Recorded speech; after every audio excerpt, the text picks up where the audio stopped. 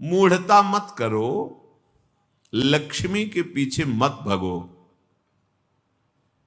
प्रभु के भजन में लग जाओ। लक्ष्मी मां है, वो तुम्हारी सेवा करने लगेंगी।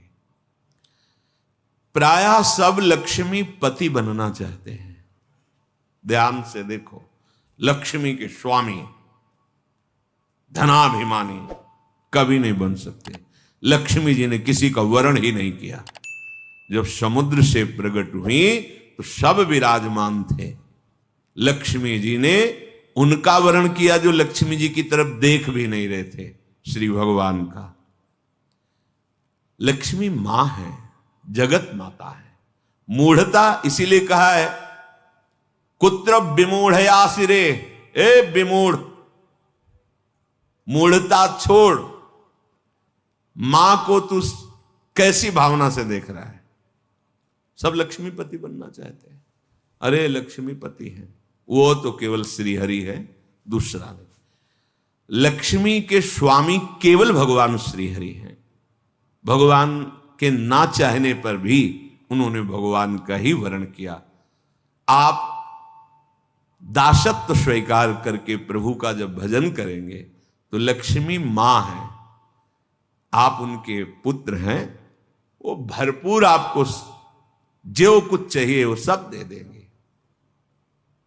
बात मानो, समझो।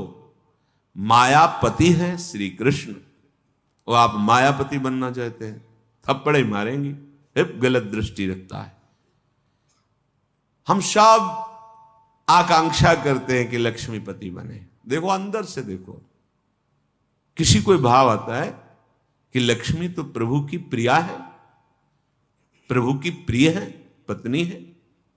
अगर हम प्रभु का भजन करेंगे तो माता हम पर कृपा करेंगे, पर हम माता नहीं मानते और जानते हैं कि माता की तरह भरण पोषण लक्ष्मी जी के ही द्वारा हो रहा है, उन्हीं का वैभव। तो आप स्वामी मत बनिए, मूढ़ता त्यागिए। अगर आप लक्ष्मी के पीछे भागते हैं स्वामी बनने के लिए तो दंड ही मिलेगा। वैसे माता जी की पर्सनल सवारी जो है लक्ष्मी जी की, वो जानते हो क्या है? उल्लू। मतलब जो सार था वो मिला नहीं, असार में भटकते रहे। जब तुम ऐसा कुछ करोगे, अगर वो अकेले आए भी ना तो उल्लू बना देंगे। उल्लू बनाना जानते हो? उल्लू का दिन में प्रकाश में नेत्र काम नहीं करता है, अंधेरे में काम करता है।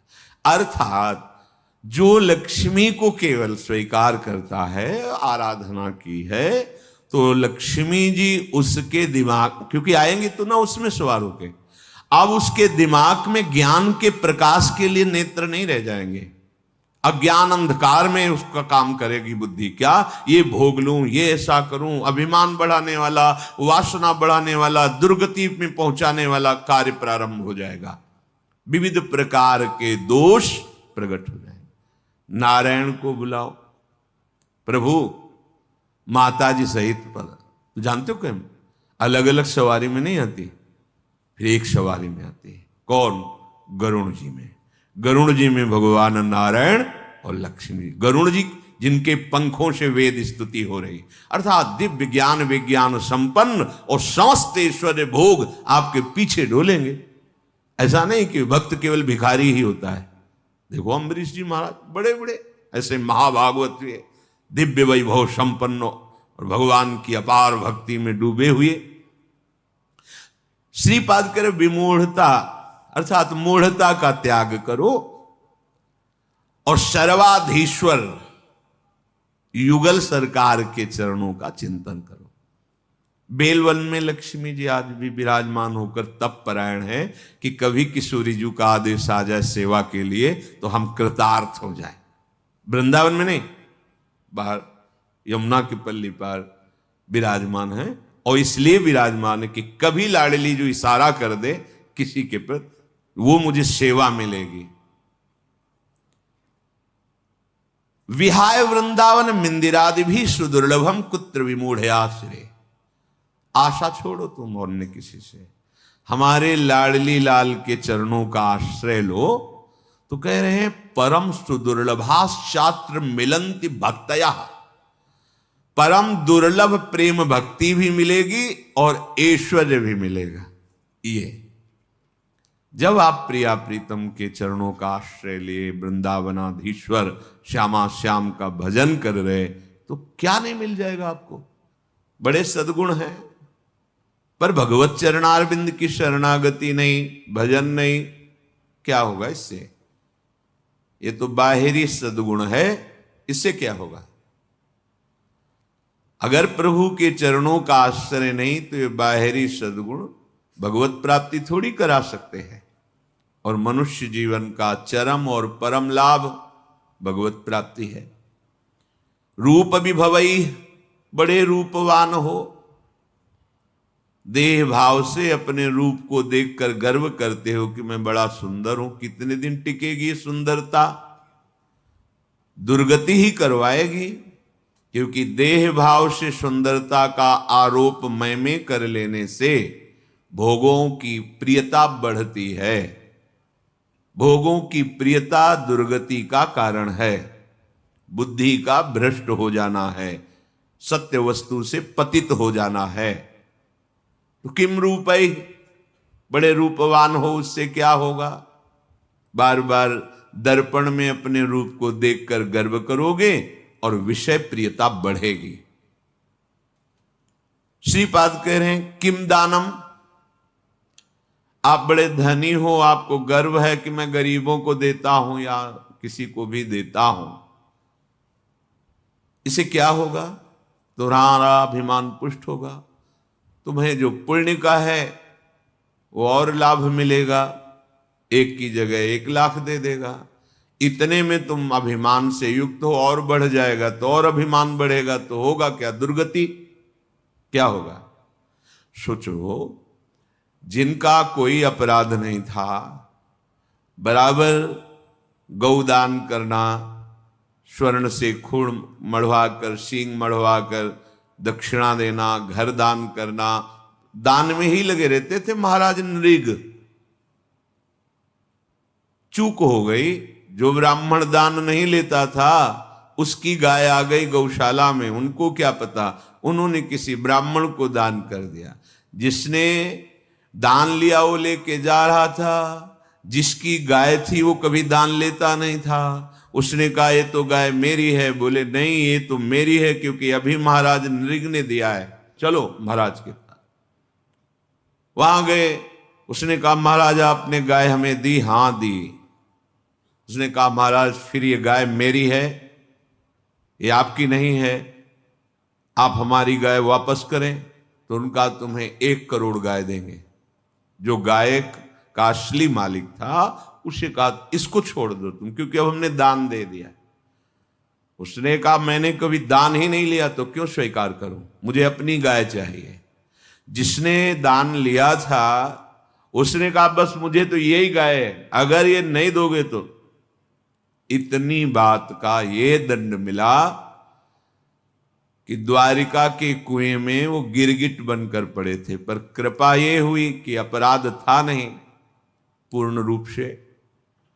वो राजा है, वो क्या गौ सेवक थोड़ी हो कि गौशाला में पहचानते हो कौन मेरी गाय कौन तेरी गाय। आ गई, दान कर दिया। तो फिर भगवान अपनी तरफ से हेतु की कृपा करके उनका कल्याण किया, पर बने गिरगिटी।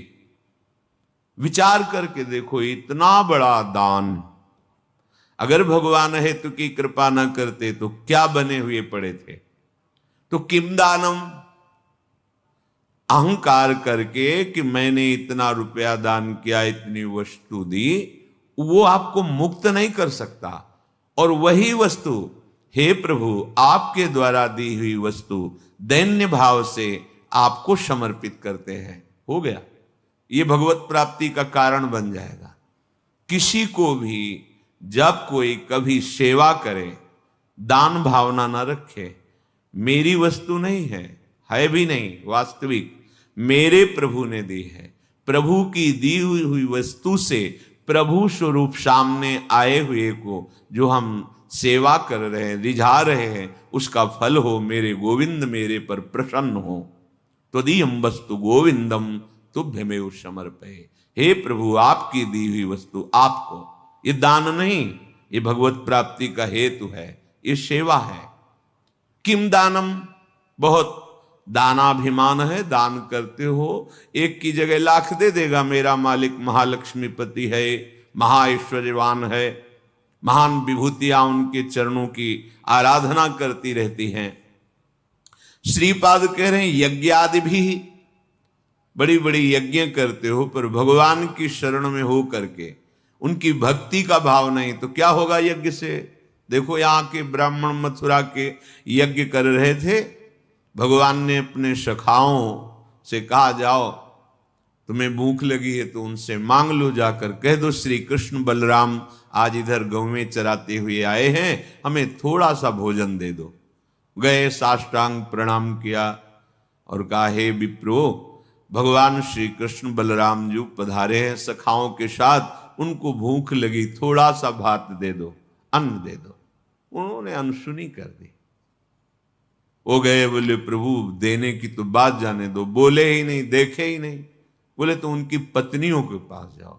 वो कहा प्रभु जब पति ऐसे निष्ठुर है तो पत्नियां कैसे दे सकती? बोले नहीं, वो मेरी बड़ी भक्ता है, क्योंकि मेरी चर्चा सुनती रहती है। वृंदावन की मालिनी पुष्प लेकर दूना में और घर में देती थी मथुरा में जाके, और रोज चर्चा, आज लालजू महाराज ऐसी पोशाक पहने, आज ऐसी लीला की, आज बकासुर मारा, असुर, ऐसी वो लीला सुन सुनकर आसक्त चित्त हो गई थी। कब ऐसा सौभाग्य होगा कि प्रभु मुझे दर्शन, जे भी सुना प्रभु भूखे हैं, सुंदर भोग बनाकर ठाकुर जी के लिए चल पड़ी, रोकने पर भी ना रुकी। तो एक महान यज्ञ करने वाले भगवान की अवहेलना कर रहे, स्वयं यज्ञ भोक्ता भगवान उनसे भोग मांग रहे कि ले आओ, भूख लगी है, और वो यज्ञ क्या इन ग्वालों को देना, ये बात उनके मन। तो यज्ञ का फल क्या हुआ? यज्ञ का फल है प्रभु को तुष्ट कर लेना, प्रभु को प्रसन्न कर लेना। क्या मिला यज्ञ आदि भी? अगर भगवान की शरणागति नहीं, भगवान की भक्ति नहीं, तो यज्ञ से क्या होगा? श्रीपाद कह रहे किम विख्याति सतैह, तुम्हारा शास्त्रों लोग, सैकड़ों लोग, लाखों लोग यश गान करते हैं, बड़े प्रतापी हो, बड़ी महिमा है, बड़े पदवान हो। कितने दिन टिकेगा ये पद? कितने दिन तुम्हारा शरीर टिकेगा? परिवर्तनशील संसार है, छूटेगा पद, शरीर भी छूटेगा, और लोगों की बुद्धि भी परिवर्तित हो जाएगी। बराबर यश बना ही नहीं रहता, ये माइक है, ये सत्य सच्चिदानंद नहीं है, वाहवाही 4 दिन की चांदनी है, इसका कोई महत्व तो नहीं। जो इसके महत्व में फंस गया वो भगवत महत्व को खो देता है। श्रीपाद कह रहे क्या होगा तुम्हारा? बहुत लोग यश करेंगे और तुम उसको सुनोगे, अहंकार पुष्ट होगा। होगा क्या इससे? श्रीपाद कह रहे किमुग्र तपस्या किम, बहुत तुमने उग्र तपस्या की और भगवान के चरणों की भक्ति नहीं, तो क्या? देखो हिरण्यकश्यप ने ऐसी उग्र तपस्या की कि ब्रह्मा जी को आश्चर्य हो गया। दिव्य दृष्टि से देखा तब दिखाई पड़ा कि जहां वो तपस्या कर रहा था वहां दीमक का पिंड हो गया, उसके ऊपर कुछ घास आस जग गई थी। हिरण्यकश्यप दिखाई नहीं दे रहा था, कमंडल का दिव्य जल डाला तब वो प्रकाशित हुआ। ऐसी उग्र तपस्या करने वाला भगवद विरोधी क्या हुआ? बड़े बड़े महर्षि जन तपस्या के द्वारा जिन प्रभु के चरणारविंद का दासत्व प्राप्त करना चाहते हैं, वो तपस्या सार्थक हुई। केवल तप का अभिमान बढ़ा तो ऐसी उग्र तपस्या से भी क्या? देखो कोई अपराध अम्बरीश जी ने नहीं किया, तपस्या का थोड़ा सा भाव होने के कारण कि मैं महान तपस्वी, कृत्या पैदा कर दी। ऐसे निर्मल भक्त को दंड देने के लिए उतावले हो गए दुर्वासा जी। परिणाम सब सुनते हैं, क्या होगा? श्रीपाद कह रहे न्यास योग आदि भी बहुत आपको ज्ञान है, करन्यास, ये न्यास योग, लेकिन प्रभु के चरणों में प्रेम नहीं तो क्या। 1400 वर्ष अपनी मृत्यु पर विजय प्राप्त करके योग के द्वारा जीवित थे। चांगदेव बड़ा प्रभाव, सिंह पर बैठकर सांप की चाबुक लेकर ज्ञानदेव जी महाराज को अपना प्रभाव दिखाना चाहते थे। क्या हुआ, एक भगवत प्रेमी महात्मा के सामने सब योग सिद्धि निष्फल हुई। शरणागत हुए, शिष्य बने कि अभी तक तो मेरा जीवन व्यर्थ ही गया। योग का प्रभाव है प्रभु के प्रेम में डूब जाना, प्रभु के चिंतन में डूब जाना। योग की सार्थकता है आत्मस्वरूप, परमात्मा स्वरूप भगवत चरणारविंद की प्रीति होना। कोई भगवान शंकर से भी बढ़कर योगी है क्या? 88,000 वर्ष की समाधि एक बार में लगती है। शंकर सहज स्वरूप समारा, लाग समाधि अखंड पारा। ऐसे योगिंद्रों मुनिंद्रों के गुरु देवाधिदेव महादेव जिनके चरित्र का गायन करते हैं, जिनके चरणामृत को अपने मस्तक पर धारण करते हैं, जिनका नाम, जिनकी लीला भूमियों में विचरण करते हैं, लीला चरित्र में आसक्त हैं, यह है योग का फल। श्रीपाद कह रहे किम तत्वानुभवेन, यदि आप भजन परायण नहीं हैं तो आपका तत्व ज्ञान भी किस काम का। देखो ये बहुत सूक्ष्म विषय, क्योंकि तत्व ज्ञानी महापुरुष हैं। ऐसा नहीं कि इनको तत्व का ज्ञान नहीं है। परम तत्व ज्ञानी सनकादि हरिशरणम हरिशरणम, जब तक आप समझोगे नहीं तब तक तर्क उठ जाएगा। कोई भी महात्मा अभी तक जहां दर्शन हुआ सब भगवान नाम उच्चारण करने वाले। ओम भी तो हमारे भगवान का नाम है। सन्यासी जन जब परस्पर मिलते हैं तो ओम हरि ओम हरि, स्वामी जी ओम हरि, ये क्या है? हमारे भगवान का ही नाम प्रणव ओम है, उन्हीं का नाम हरि है। और जब किसी भी वीतराग सन्यासी को प्रणाम किया जाता है तो शिक्षा दी जाती है कि ये उच्चारण करके प्रणाम करो, ओम नमो नारायणाय। तो कहते हैं नारायणाय नारायणाय, भाव ये कि हे प्रणव स्वरूप नारायण हम आपको नमस्कार करते हैं। तो कहते हैं नारायणाय नारायणाय, अर्थात तुम भी नारायण ही हो, अपने स्वरूप को नहीं समझ रहे हो। नारायण नारायण नारायण वो भी उच्चारण करते हैं, नाम उच्चारण। कोई ऐसा आज तक नहीं मिला जो नाम रहित सिद्ध हुआ हो, नाम जप नहीं है और वो सिद्ध हुआ हो, ऐसा कोई नहीं देखा। पास में ही बड़े महापुरुष थे, जब उनको प्रणाम करते ज्ञानी महापुरुष सच्चिदानंद भगवान की जय, यही बोलते सच्चिदानंद भगवान की जय। बड़े सरल पूज्य स्वामी श्री सत्संगानंद जी महाराज जब उनको राम राम बच्चा, राम राम राम, एकदम बाल मूर्ति महान सिद्ध ज्ञान से, और बोलते राम राम बच्चा, राम राम। बड़े बड़े महापुरुषों को देखा। ये बुद्धि की छोटी धरा में तर्क वितर्क निंदा स्तुति कोई माननीय विषय थोड़ी है। जो त्रिगुणात्मिका माया के द्वारा मोहित हुए जन है, इनकी कोई बात सुनने लायक थोड़ी है। बात सुनने लायक, समझने लायक जो मायातीत अवस्था को प्राप्त महापुरुष हैं उनकी है। तो श्रीपाद किम तत्वानुभवेन, यदि आपका भजन नहीं बन रहा है, किम तत्वानुभवेन विष्णु भजन, प्रभु का भजन नहीं हो रहा, प्रभु के नाम में नहीं डूबे हो, क्या? पूज्यपाद उड़िया बाबा जहां बैठते वहां भगवत चर्चा शुरू करवा देते। भागवत हो रही है, कोई ग्रंथ हो रहा है, बैठे आश्रम में चर्चा हो रही प्रभु की। सनकादि के लिए आया आशा बसन व्यसन याति नहीं, रघुपति चरित होए तहां सुने। आजकल पता नहीं कौन सा ज्ञान हो रहा है कि भगवान से विरोध, भगवान के नाम रूप लीला धाम की वृत्ति ना स्वीकार करना, यही ज्ञान माना जा रहा है।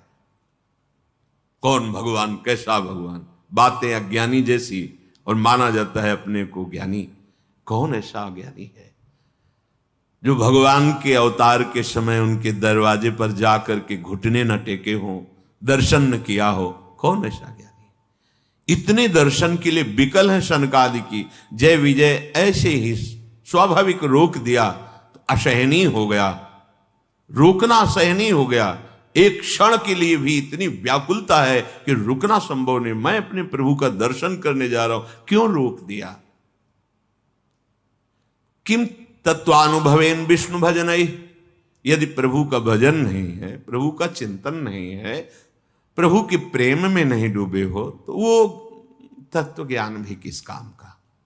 देखो, तत्व ज्ञान नानात्व को मिटाता है, पर जिस सत्य को जाना उसका चिंतन आवश्यक। आत्मज्ञान होना कठिन है, पर आत्मज्ञान हो सकता है, पर आत्मरति होना, पूज्यपाद सिउड़िया बाबा जी महाराज के वचन, आत्मरति होना, आत्मावान आत्मरति आत्म क्रीड़ा परायण, वो आत्मा में ही तृप्त रहता। ये रति निरंतर अपने स्वरूप का चिंतन।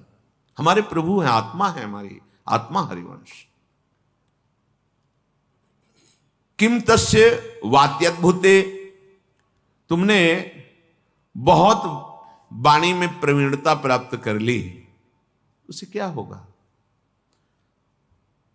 बहुत अद्भुत प्रभाव है आपका, उसे होगा क्या?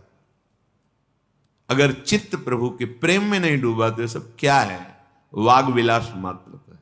बड़े आश्चर्य हमें लगा जब भगवान श्री सुखदेव जी पूरी भागवत सुनाने के बाद एक शब्द कहा कि परीक्षित, ये सब वाणी का विलास मात्र है। एक बार एकदम सावधान की, ये शब्द कहां से निकला? परमहंस जी के हृदय में ये शब्द क्यों निकला?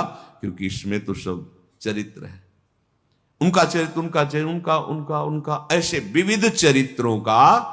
बोले वाणी को पावन करने के लिए क्यों? एक ही है, विविध नहीं है। भाव था कि एक ही है। परीक्षित, बेटा तुम्हें कोई भय है? सुखदेव जी पूछ रहे। बोले नहीं गुरुदेव। ब्रह्म स्वरूप बेटा परीक्षित, तुम्हें कोई भय है? बोले नहीं गुरुदेव। एक तक्षक क्या करोड़ों रूप मृत्यु का साक्षात कराल रूप धारण करके आ जाए तो अब आपकी कृपा से मुझे कोई भय नहीं रह गया मृत्यु का। ये अगर तत्व ज्ञान हुआ और भजन नहीं, देखो कैसा प्रेम है श्री शुकाचार्य जी को भगवान श्री कृष्ण की लीला से, रूप से, उनके नाम से। यो वृंदावन ईश मोहन रसे प्यासीन सर्वस्वधि, ये वृंदावन के मोहन युगल सरकार श्यामा श्याम, यदि इनके नाम में प्रेम नहीं, इनके चरणों में प्रेम नहीं, इनकी लीला में प्रेम नहीं, इनका तुम्हारे हृदय में अपनापन जागृत नहीं हुआ तो क्या विद्या, क्या शील, क्या कुल, क्या रूप, क्या वैभव, क्या दान, क्या यज्ञ, क्या यश, क्या तपस्या, क्या न्यास, क्या योग, क्या तत्वानुभव, क्या बहुत वाणी का विलास, क्या? सबका एक सार बात है, सब साधन कर यह फल सुंदर, प्रभु पद पंकज प्रीति निरंतर।